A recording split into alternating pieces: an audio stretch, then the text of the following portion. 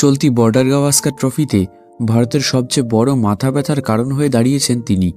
সেই Travis হেডের Melbourne টেস্টে খেলা নিয়ে হঠাৎ অনিশ্চয়তা। শোনা যাচ্ছে ব্রিসবেন টেস্টে কুঁচকিতে চোট পেয়েছেন হেড। যদিও পরে অজি ব্যাটসম্যান নিজেই জানিয়েছেন মেলবোর্ন টেস্টের আগেই সব ঠিক হয়ে যাবে। কয়েকদিন ধরেই কুঁচকির চোট নিয়ে ভুগছেন তিনি।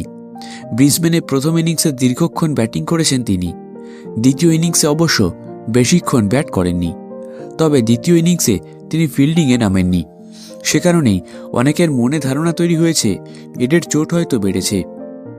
এমনিতে সাম্প্রতিক সময়ে ভারতের সবচেয়ে বড় বাধা হেড, সেটা ওয়ানডে বিশ্বকাপ ফাইনাল হোক বা টেস্ট চ্যাম্পিয়নশিপ। এই সিরিজেই বা রেহাই মিলছে কোথায়? অ্যাডিলেডের পর ব্রিসবেনেও সেঞ্চুরি করে গিয়েছেন তিনি। 5 ইনিংস মিলিয়ে 409 রান হয়ে গিয়েছে হেডের।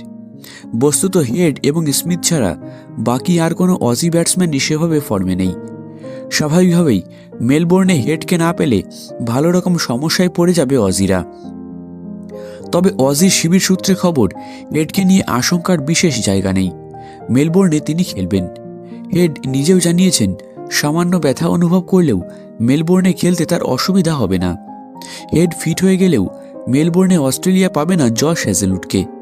অজি শিবির সূত্রে খবর, চলতি সিরিজে আর খেলার সম্ভাবনা নেই হ্যাজেলউডের।